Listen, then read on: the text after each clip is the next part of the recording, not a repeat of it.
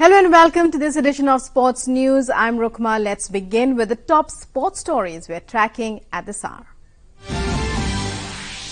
India beat Canada 7-3 in fourth round-robin match of Azlan Shah hockey tournament. Tops points table with 3 wins and a draw after 4 games.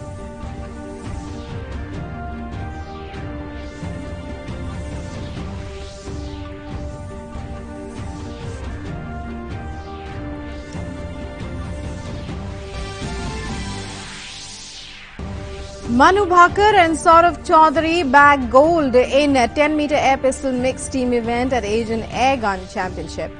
Isha Singh and Vijay Sindhu win gold in juniors category.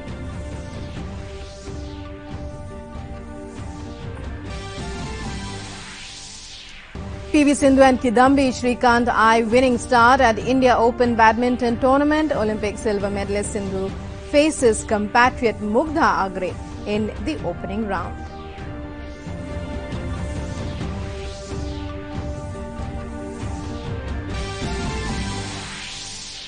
Kings 11 Punjab takes on Kolkata Knight Riders at Eden Garden in backdrop of mankading controversy. Punjab will be banking on KL Rahul and Gale to provide steer to their batting.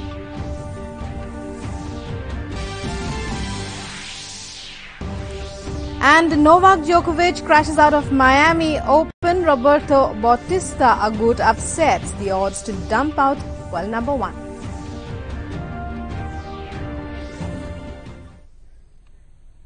And now for our top story in hockey. India defeated Canada 7-3 in their 4th league match of the Azlan Shah Cup at Ipoh. This was India's 3rd win after beating Japan and Malaysia, while they drew the 2nd match against Korea 1-all. Currently, India have 10 points and are at the top of the points table. In the first half, India scored 4 goals and completely dominated their opponents. In the second half, Canada showed some resistance, but India won the match 7-3. In shooting, Manu Bhaker-Saurabh Chaudhary have bagged the gold medal in the 10-meter air pistol mixed team event at the 12th Asian Air Gun Championship in Taipei. Exactly a month after winning an ISSF gold, the pair of teen stars Bhaker and Chaudhary won another gold together, smashing the qualification world record in the process. The pair shot a combined score of 7-8-4 in the qualification round, breaking the record set by Russians Vitalina and Artem Chernusov at the European Championships 5 days ago. They went on to win the 5-team finals with a score of 484.8, while national champion Isha Singh and Vijay Sindhu won the gold in the juniors.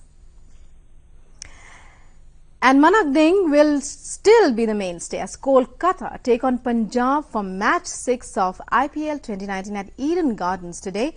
In the previous match against Rajasthan, Punjab skipper Mankade Jos Buttler chasing 185. Butler was going strong with 69 of 43 balls, but Ashwin's action sent him back into the hut, which led to RR's eventual downfall. Debates and discussions aside, on-field action will continue. Both teams have got off to a winning start. The two sides have clashed 23 times, with the Knights getting better of the Kings 15 times. KKR are a difficult team to beat at Eden Garden. With a finisher like Russell in their ranks, they have the ability to post huge totals and chase them with equal ease. This could be KKR's match unless a gale storm sends their plans for a toss. And Dwayne Bravo picked up 3 big wickets and scored the winning boundary for Chennai Super Kings as they defeated Delhi Capitals by 6 wickets in the 5th match of the IPL on Tuesday.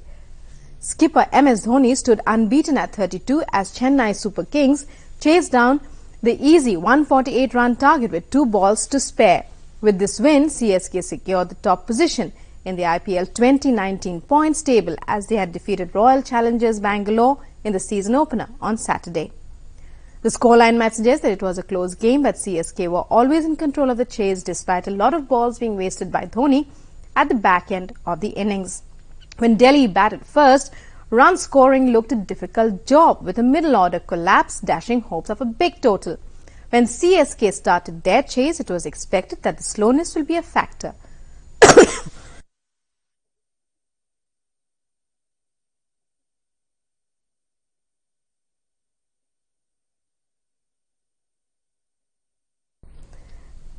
Watson and Suresh Raina were batting on a different track. And India is finally done with all its international games before the World Cup. The season did not end well as India lost its first home series under Virat Kohli's captaincy to the Aaron Finch-led Australia. The players will now head to their respective franchises for the gala event, IPL, and regroup directly before the World Cup. India plays its first game against South Africa on the 30th of May at the Rose Bowl in Southampton. We will look at the players whose place is still uncertain, and the upcoming IPL season will play a huge role in determining their selections for the World Cup. India for quite some time haven't been short of hit and try in their bid to nail down the best 11. But post the conclusion of their last bilateral series before the World Cup, the team management continues to seek the personnel they started the series looking out for. Going by the squads that India picked over the last 1 year, Dinesh Karthik seemed unrivaled for the position of second-choice wicketkeeper for the World Cup, until of course India decided to try Rishabh Pant with an experience of 3 ODIs right at the end.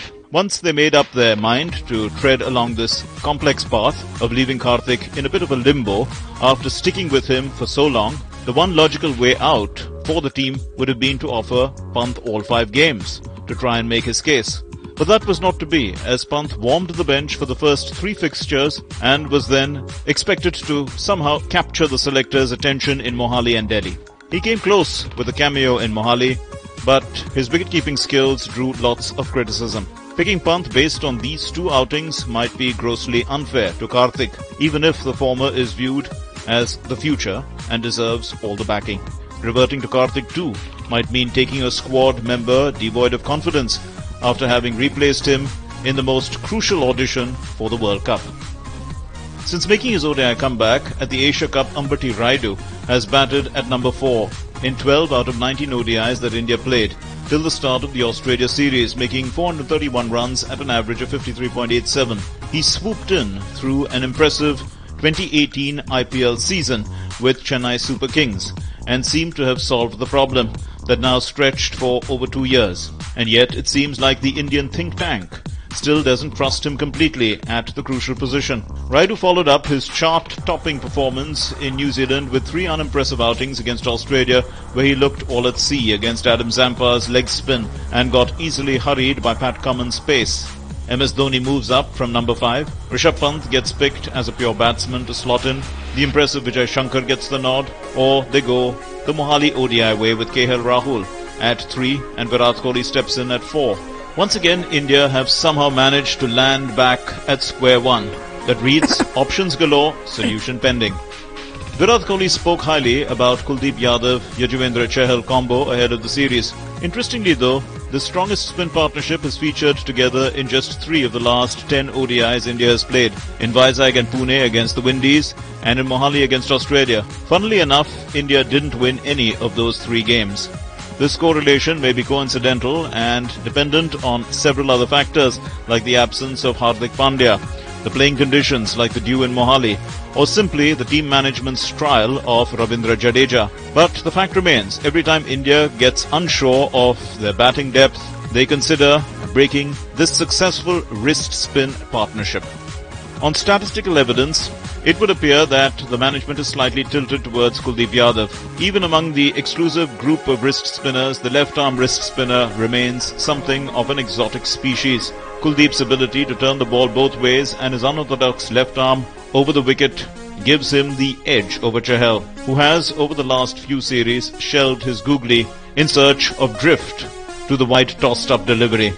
It's a weird situation that Chahal finds himself in, considering just a year ago in South Africa, he was called to bowl the pressure overs with Kohli preferring his control and temperament to Kuldeep's sometimes erratic magic. Vijay Shankar was picked to temporarily fill in for Hardik Pandya, but 5 appearances against Australia have given India so much more.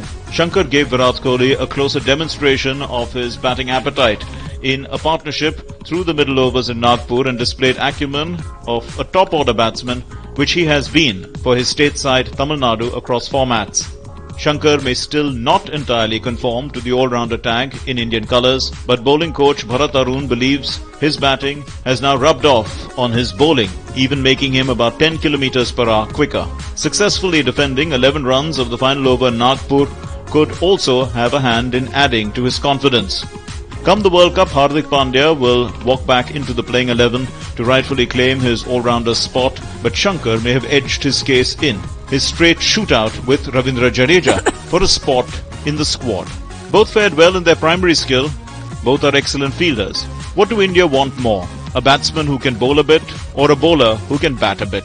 Hardik Pandya's return will provide balance on multiple fronts, given India will have 3 seam bowling options, even if they have to choose between Mohammad Shami and Bhuvaneshwar Kumar.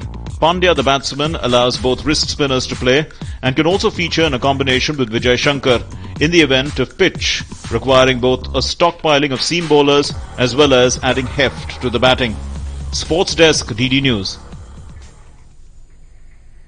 And India's badminton star PV Sindhu has said that she is looking for a consistent run leading up to the 2020 Olympics, starting with the India Open tournament. Olympic silver medalist Sindhu suffered a first-round exit in the women's singles of the All England Open early this month. The 23-year-old, who claimed the World Tour finals in December last year, said she has put the All England loss behind her to focus on qualifying for the Olympics. Qualification for next year's Tokyo Games will depend on badminton world rankings between April 29, 2019 and April 26, 2020. Sindhu will open against compatriot Mugdha Agre and is expected to face a sterner test later in the week with Thailand's Ratchanok Intanon and Chinese third seed He Bingjiao also in contention. Meanwhile, it's been 17 months for Srikanth without a title after a series of defeats in tournament quarterfinals and semi-finals. The world number 7 feels he can get over that by being fitter after an injury-plagued phase of his career. It's been 17 months for Srikanth without a title after a series of defeats in tournament quarterfinals and semi-finals. The world number 7 feels he can get over that by being fitter after an injury-plagued phase of his career.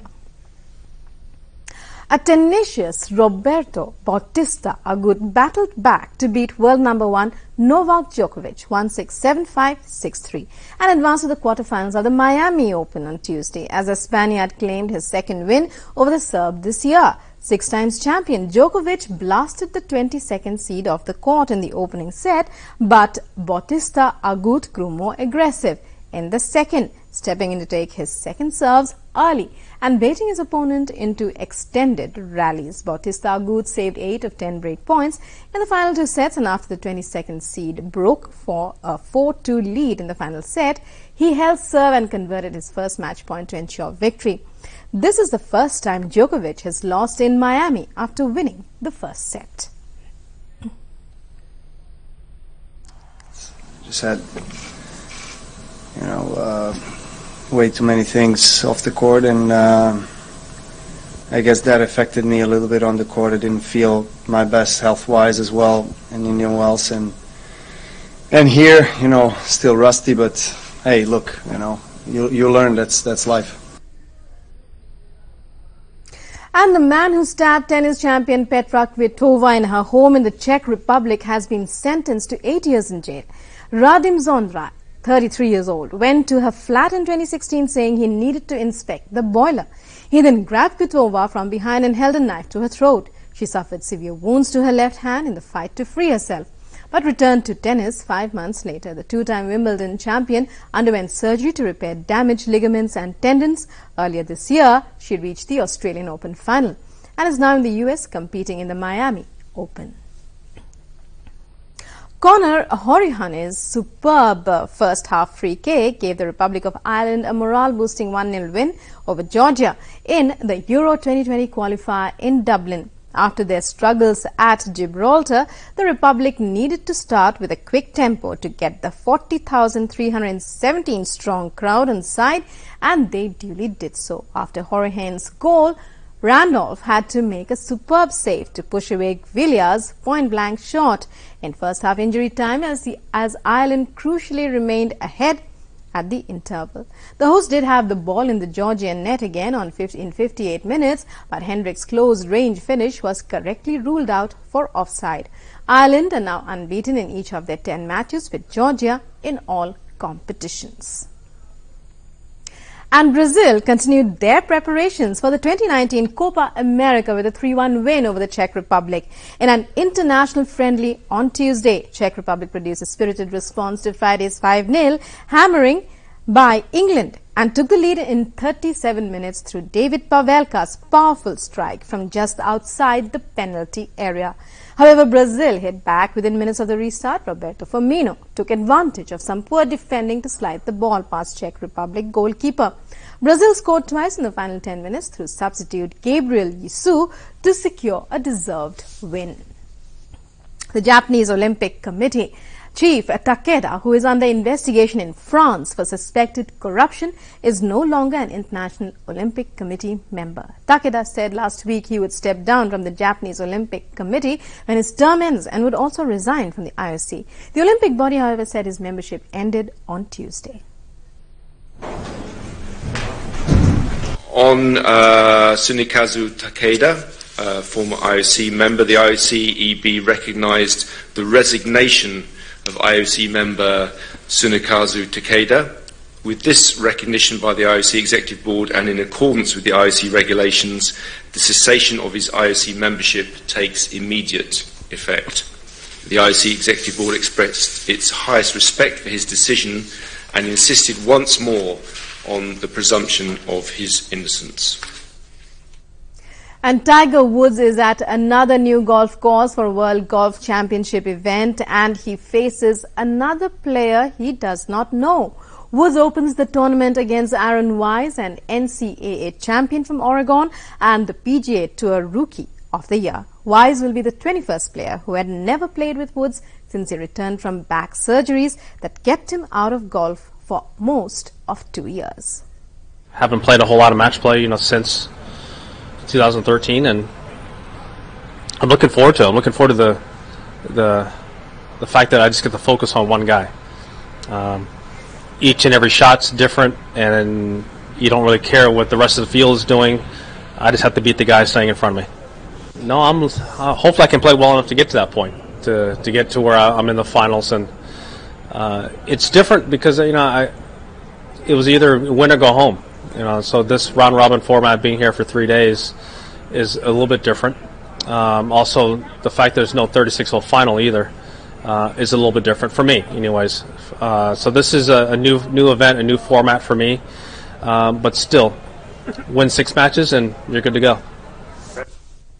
And 2 Iraqi brothers who were forced to leave their country due to war, traveled to multiple countries as refugees, are now chasing their soccer dreams in Mexico. After living in a refugee camp in Turkey, the brothers and their family were granted asylum in the US, where they continued to hone their soccer skills. Forced out of their home country by war, 2 Iraqi brothers are now chasing their dreams of being professional soccer players in the southern Mexican city of Oaxaca. The brothers, Yusuf and Johan Zetuna, 18 and 20 years old respectively, fled their hometown of Tel Cape in 2008. After living for a time in a refugee camp in Turkey, the brothers and their family were granted asylum in the United States, where they continue to hone their soccer skills. Their journey finally led them to Oaxaca at the end of 2018, where they caught the eye of Alex Diego, the coach of a second division club in Mexico. The brothers have been training with the team ever since and say they are hoping to get a coach's confidence and finally play their debut minutes on the professional pitch. Though they say it was a bit of an adjustment at first, now they are feeling more comfortable in their newly adopted home after having to adjust to new surroundings, culture and language. The brothers dream of climbing the ranks in Mexico before finally playing for the top leagues in United States or Europe. If all goes well, Yusuf says he would also like to play for a national team, being either Iraq or United States, the 2 places he says he feels most at home. Sports Desk, DD News. And Piotr Lobodzinski and Suzy Walsham battled high winds and lashing rain to retain their titles in the Eiffel Tower vertical race on Wednesday. The race, in the form of a time trial with departures every 30 seconds, saw 130 athletes eschew elevators to race up the 1,665 steps of the tower, the most visited paid-for monument in the world. Piotr Lobodzinski won the race for the 5th consecutive year, with a time of 7 hours, 53 minutes, 97 seconds. Australian Suzy Walsham claimed victory in the women's race also for the 5th consecutive year with a time of 10 hours, 16 minutes, 57 seconds. Both champions also won the 2017 Empire State Building Run.